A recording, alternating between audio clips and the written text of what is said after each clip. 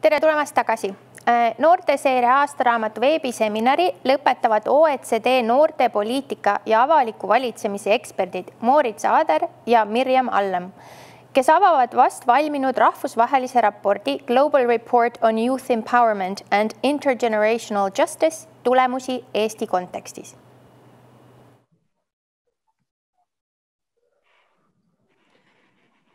Let me thank the Ministry of Education and Research, and in particular Minister Mailis Reps, for the kind invitation to the Youth Monitoring Conference.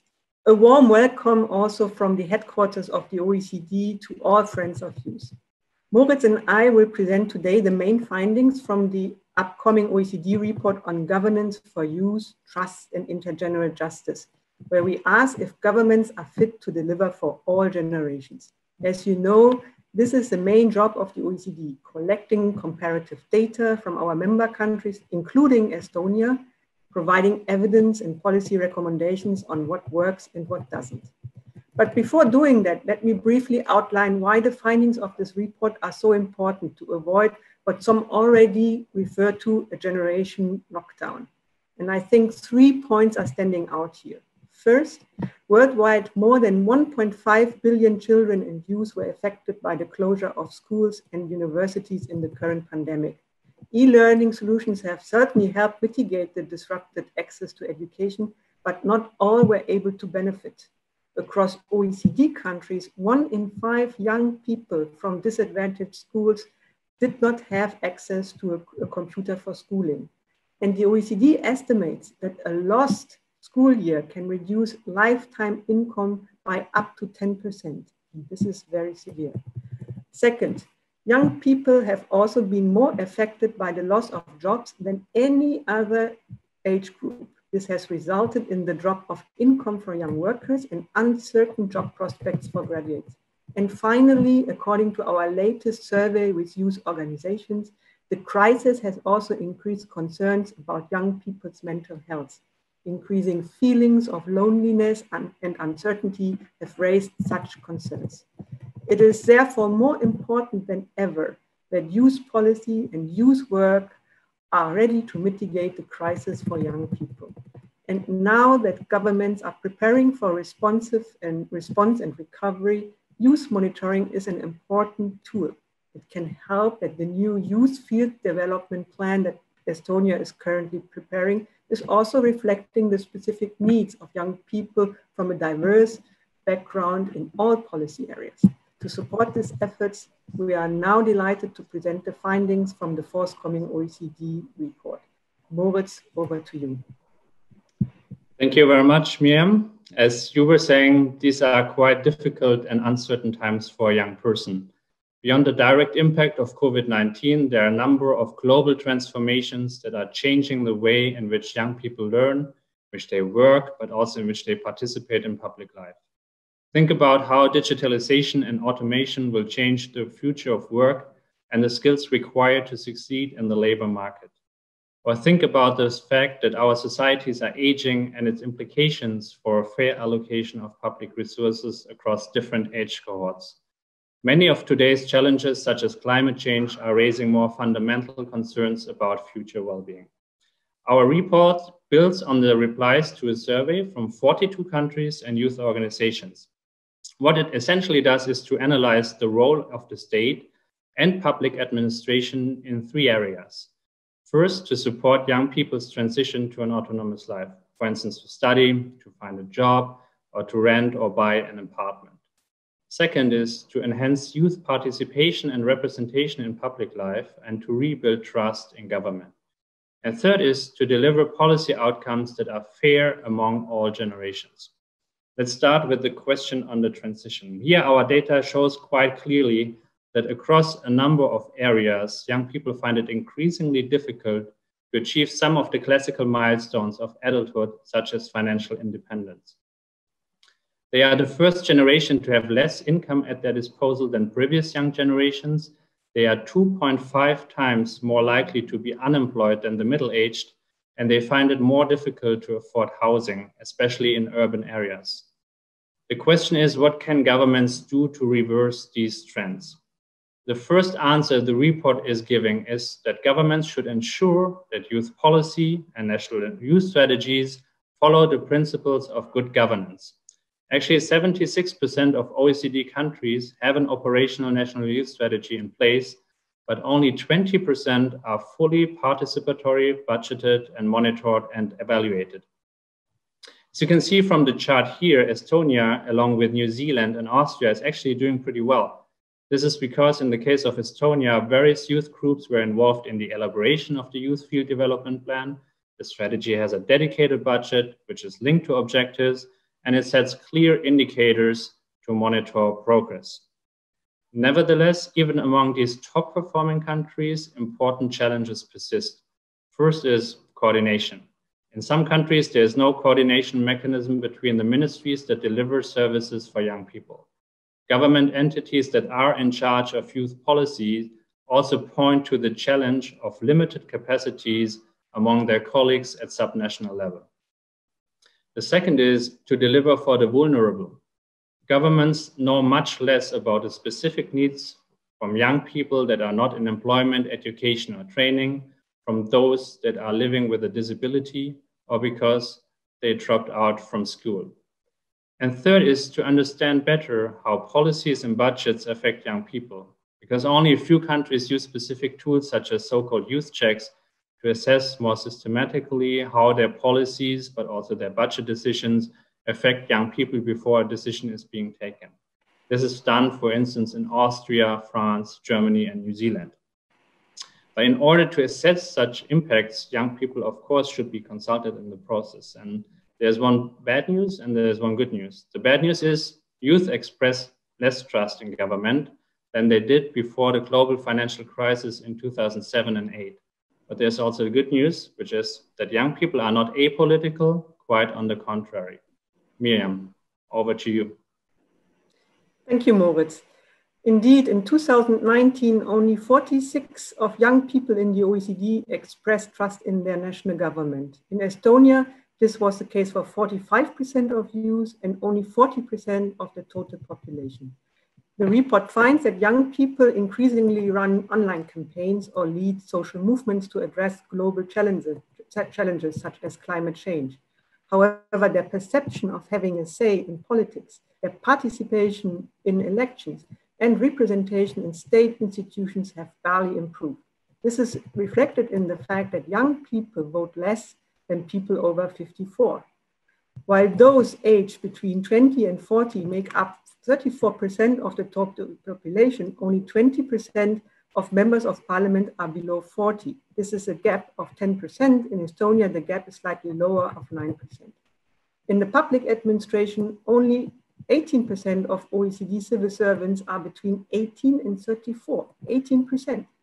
To ensure young people can thrive in public sector, it must present itself as an attractive employer. In the face of an aging workforce, it must also foster intergenerational learning between older and younger colleagues. The report also finds that only 26% of youth-led organizations are satisfied with the opportunities to shape policies. There's a clear business case to act. When youth were consulted and engaged, they were more satisfied with government's performance in public service areas than organizations that did not participate. What needs to happen concretely?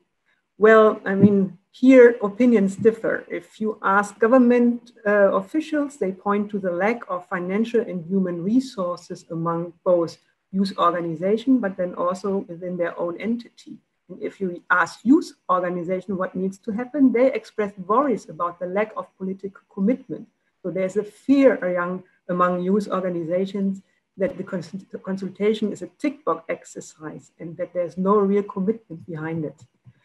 Finally, the OECD, in the context of COVID-19, youth volunteering and youth work have proven their importance for societal resilience. For example, young volunteers have been important to mitigate the crisis, especially for vulnerable groups, such as elderly people in care facilities. The report finds that youth are more likely to volunteer than any other age group, especially in countries with a national program for youth volunteering. So again, a very strong case for having a national program for youth volunteering in place. This finding also links nicely to the final topic of our report, which is intergenerational justice. Moritz, back to you.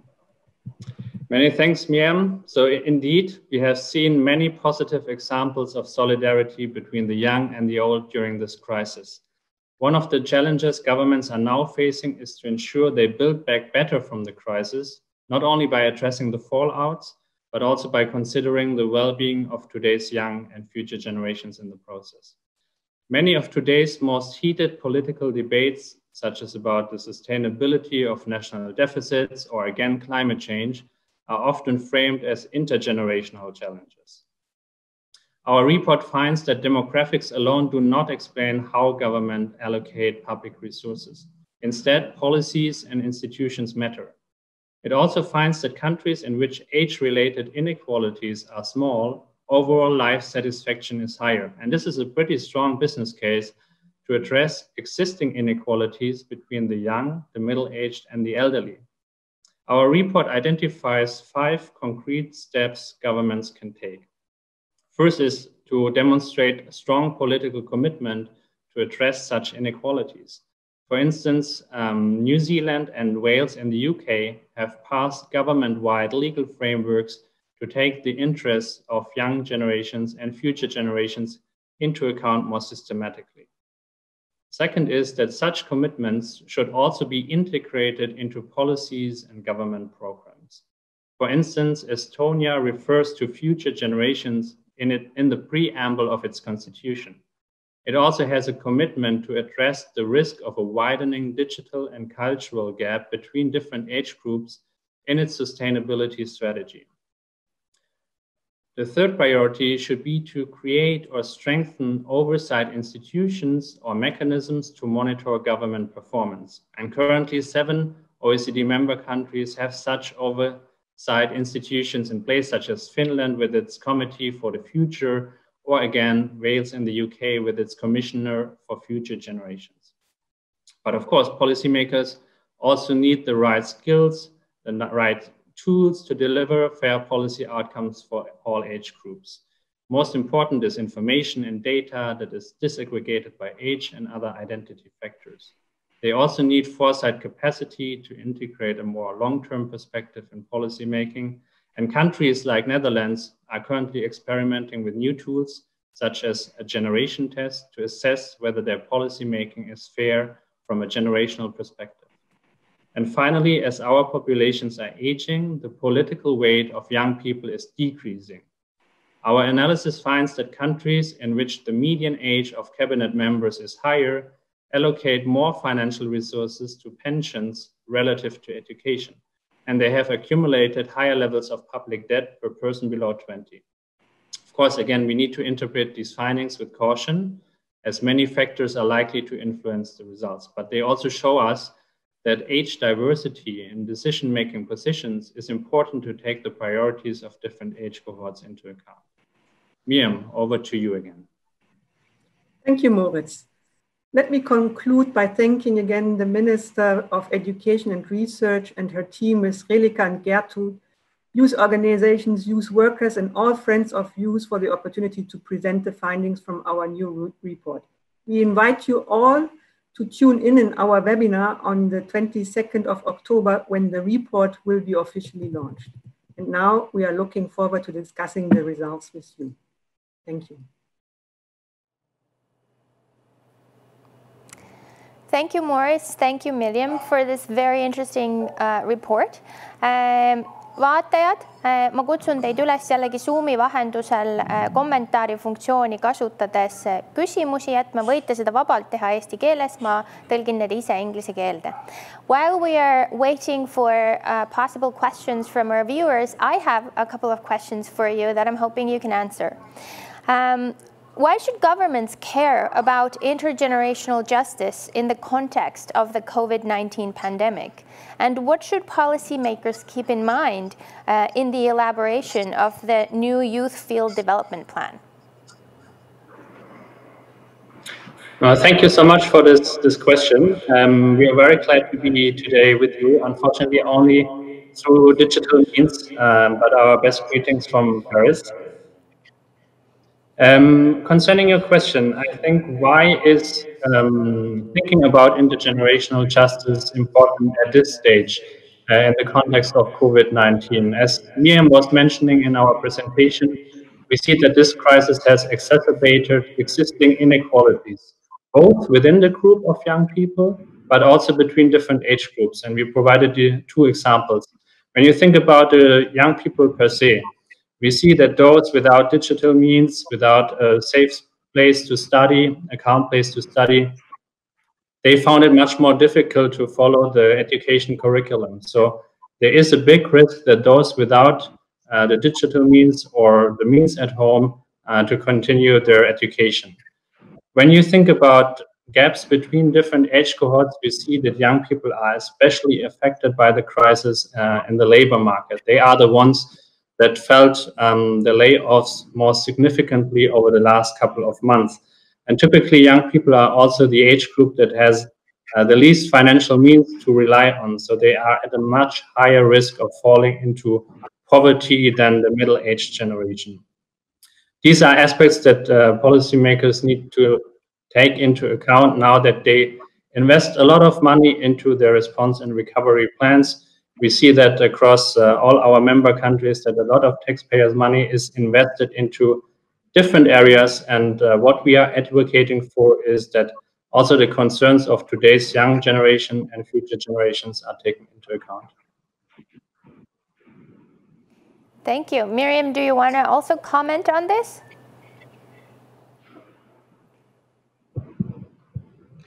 Yes, thank you. Unfortunately, I cannot put on my video because the line is very bad. I hope that you can hear me. Great. You can hear me? Good. Okay, so I have a question for you. Does the report feature any insights about the impact youth policy and youth engagement can have? Yes, actually the report demonstrated investment into empowering youth and promoting intergenerational justice pays off. And I would like to highlight this through 3 points. First is having a youth strategy in place. This is what the report prominently highlights, that this is actually of great value. You in Estonia, you have a youth strategy. And the more this strategy is also complying with quality criteria, as Moritz was mentioning, that means that this strategy has been elaborated in a participatory way, consulting stakeholders, that this strategy is I think we're having some issues with hearing you. So if possible, okay. I'm going to pass on back to Moritz to maybe take over answering this question. Sure, no problem at all. Just to check whether you understand me well. Yes, I can hear you quite well. Perfect. Okay, so well, Miriam was saying that our report makes a lot of interesting findings when we talk about the impact of youth policy, but also youth engagement, because this is, of course, the classical question from policymakers, from ministers: why should I invest in these areas? So what our report finds is that investments into youth policy and youth engagement are indeed paying off. Why? Because we see that where the national youth strategies or youth plans are following the principles of good governance, for instance, they should be participatory, they should be evidence-based, they should be monitored and evaluated, they should be resourced. In those countries in which this is the case, we see a higher interest of young people in politics than in countries in which the youth strategy is not following these principles. Another very important finding, I think, is that in countries in which young people are more systematically engaged in the process of designing such strategies, we see that these young people are typically more satisfied with the outcomes at the end than young people or youth organizations which were not part of this process. When we talk about intergenerational justice, concerning your previous question, why does it matter? Actually, we see that in countries in which the age-related inequalities, so the inequalities between the young, the middle-aged, and the elderly are small, life satisfaction in the country overall is higher. So there are definitely a couple of business cases, if you want, to advocate for investing into youth policy and intergenerational justice.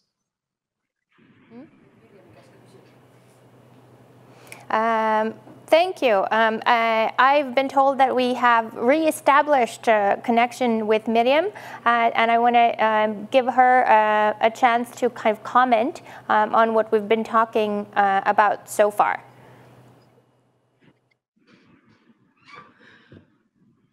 No, I think what is really important is to stress the second point that Moritz was making, that the more young people have a say in the policy and decision-making process, the more you also see satisfaction with policy outcomes and with public sector performance. And that also reflects very much in higher trust level. And I think we cannot underline enough the hard currency of trust of the people in the government's capacity to set and steer the economy. Because without trust, no policy, no reform will be sustainable enough to build the future that the citizens want. Absolutely. Trust is very important. I wanted to finalize our conversation by asking you a question that links your presentation and the report to all of the conversations that we've spent most of the day having here. So the topic of the book that we were discussing were those youth issues, or those kind of parts of youth's life that are under-researched or understudied or hidden from the kind of gaze of the concerned adults. If you think about your own work in this light, then what do you think are the most important things that we should, as researchers and policymakers, study and research about youth's lives that we haven't enough yet? I think my immediate idea that comes to mind is definitely how we can better deliver for vulnerable youth groups. And that we see as a big challenge also among our member countries. This is something that is very prominently addressed in the report. When it comes to finding out about their specific needs, a lot of ministries in charge of youth reported back, actually, we don't really know, because we don't have the means to reach out to these groups. We know that they exist, we know that they are facing particular challenges, specific needs, but we don't have the tools to get this knowledge together. So I think a future area of research where we need to invest in is to better find out what are the specific interests and needs of these groups, especially because we see that if we don't address the challenges for these groups, they will be the ones that are most likely to be not in employment, education, or training. They will be more likely to drop out from school, and ultimately this will, of course, increase the cost for government and for societies and economies as a whole, because these groups are not part of the working population, but they will rely on government state support over extended periods of time. So that would be my first immediate reaction to your question. Great, thank you. Miriam, do you want to also offer a comment? Yeah, I think it's really important to look at youth not as a homogeneous group, and that's what Moritz was saying, that vulnerable groups do have different needs, and vulnerable youth have different needs than others. So really think about the different life cycle, what is the need of the youth in a specific period of time. Is it the housing, moving out from house? Is it educational concern? Is it maybe mental health, something that has been really, really highly debated now in the COVID crisis? And then really target your activities coherently. But look at it also from the whole of government perspective, having an integrated policy in place. You cannot fix a problem by only looking at education and then really not thinking about what the labor market needs. So really having a coherent and holistic approach is extremely important. And this is usually done through an integrated youth policy, youth use strategies such as what Sonia is having. Thank you very much to both of you for the very interesting report and the presentation that brought this very valuable information to us and to our listeners, and for answering our questions. Thank you very much for having us. Thank you. Thank you very much, and greetings to Tallinn, and great job with your youth monitoring conference. Really, it's fantastic. Congratulations. Thank you. Bye. Nõndaks. Nüüd oleme jõudnud oma Noorteseire aastaraamatu veebiseminariga lõpusirgele. Ma loodan, et teil oli sama huvitav kui meil siin. Kes jõudis meiega ühineda võib-olla liiga hilja või tahaks järel vaadata mõnda meie paneelidest või tahaks kellegile soovitada, siis see peaks varsti olema kättesaadav ka YouTube'i vahendusel. Seniks aga aitäh ja loodame, et noorte head ideed viivad meid paremasse tulevikku.